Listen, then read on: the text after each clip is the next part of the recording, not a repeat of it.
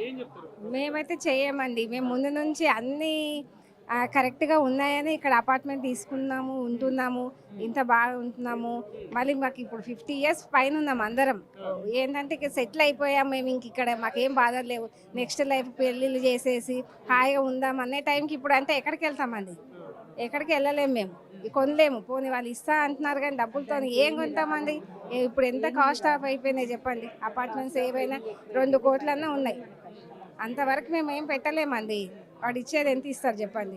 మేమైతే దీనికి వ్యతిరేకిస్తున్నాం. మేము వెళ్ళామండి. కరెక్ట్ ఉన్నాయనే కొనుక్కున్నాం మేము. లేకపోతే ఎంత కొత్తది ఇచ్చినా కూడా నచ్చి కట్టుకున్నది ఒకలా ఉంటది. లేదండి. ఇక్కడ అంతా మేము అయిపోయినాం. అంతా ఫ్యామిలీ మెంబర్స్ లాగా కలిసిమెలిసి అందరం బాగుంటున్నాము. మేము కరోనా టైంలో కూడా అందరూ చాలా సపోర్ట్ చేశారండి. ఎవరికి ఏదైనా కూడా అంత బాగా కలిసి ఉన్నాం.